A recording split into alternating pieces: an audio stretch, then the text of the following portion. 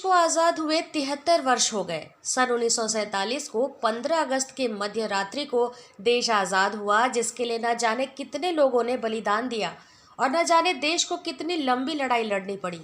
लेकिन क्या आपको पता है, गुलामी की इस दौड़ में भारत में आर्थिक आज़ादी का आगाज देश की स्वतंत्रता से 40 साल पहले यानी 1907 में ही हो चुका था। भारत के पहले इस्पात कारखाना टाटा स्टील की स्थापना 113 साल पहले 26 अगस्त 1907 को की गई थी। आज टिस्को को शायद ही ऐसा कोई देश होगा जो नहीं जानता हो। हम बात कर रहे हैं 1893 की, जब शिकागो में दो महत्वपूर्ण घटना घटित हुई थी। पहली, स्वामी विवेकानंद जी का वो भाषण शायद ही कोई भारतीय भूल पाया होगा, जब उन्हें उस सभा में बोलने तक का मौका नहीं दिया जा रहा था। लेकिन जब उन्हें मौका मिला तब उन्होंने अपनी भाषण की शुरुआत यह कहते हुए किया कि यहाँ उपस्थित मेरे भाइयों और बहनों, और जिसके बाद पूरी सभा तालियों की गड़गड़ाहट से गूंज उठी। और इसी भाषण के बाद पूरे विश्व का भारत को देखने का नजरिया बदल गया। और दूसरी घटना, जब इसी यात्रा के दौरान जब जे.एन. टाटा को पता चला कि स्वामी विवेकानंद जी इसी जहाज से यात्रा कर रहे हैं, तो वह खुद को उनसे मिलने से नहीं रोक पाए। उसी जहाज से जे.एन. टाटा भी अमेरिका में इस्पात संयंत्र के विशेषज्ञों से मिलने जा रहे थे। जे.एन. टाटा ने भारत में न केवल लौह इस्पात का कारखाना लगाने का दृढ़ निश्चय कर लिया था, बल्कि इस दिशा में उन्होंने प्रयास भी शुरू कर दिए थे। इस जहाज यात्रा के दौरान कई मुद्दों पर स्वामी विवेकानंद और जमशेदजी टाटा में चर्चा हुई। टाटा ने बताया कि वो भारत में स्टील इंडस्ट्री लाना चाहते हैं। तब स्वामी विवेकानंद जी ने उन्हें सुझाव दिया कि टेक्नोलॉजी ट्रांसफ़र करेंगे तो भारत किसी पर निर्भर नहीं रहेगा, युवाओं को रोजगार भी मिलेगा। तब टाटा ने ब्रिटेन के इंडस्ट्रियलिस्ट से टेक्नोलॉजी ट्रांसफ़र की बात की, लेकिन उन्होंने यह कहकर मना कर दिया कि फिर तो भारत वाले हमारी इंडस्ट्री को खा जाएंगे। तब टाटा अमेरिका गए और वहाँ के लोगों से टेक्नोलॉजी ट्रांसफ़र का भी समझौता किया। लोग बताते हैं कि इसी से टाटा स्टील की नींव पड़ी और जमशेदपुर में पहली फैक्ट्री लगी। इसी बात का जिक्र आज भी टाटा बिजनेस घराने से जुड़ी वेबसाइट्स पर मिल जाती है। इस पूरी मुलाकात की जानकारी स्वामी जी ने अपने भाई महेंद्रनाथ दत्त को पत्र लिखकर दी थी।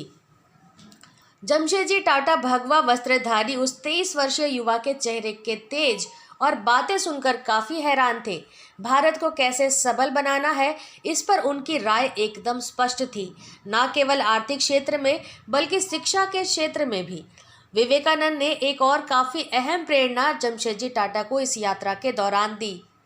वो थी भारत में एक टॉप लेवल की यूनिवर्सिटी खोलना, जहाँ से वर्ल्ड लेवल के स्टूडेंट्स देश भर में निकले, जिसमें न केवल साइंस की रिसर्च हो बल्कि ह्यूमैनिटी की भी पढ़ाई हो।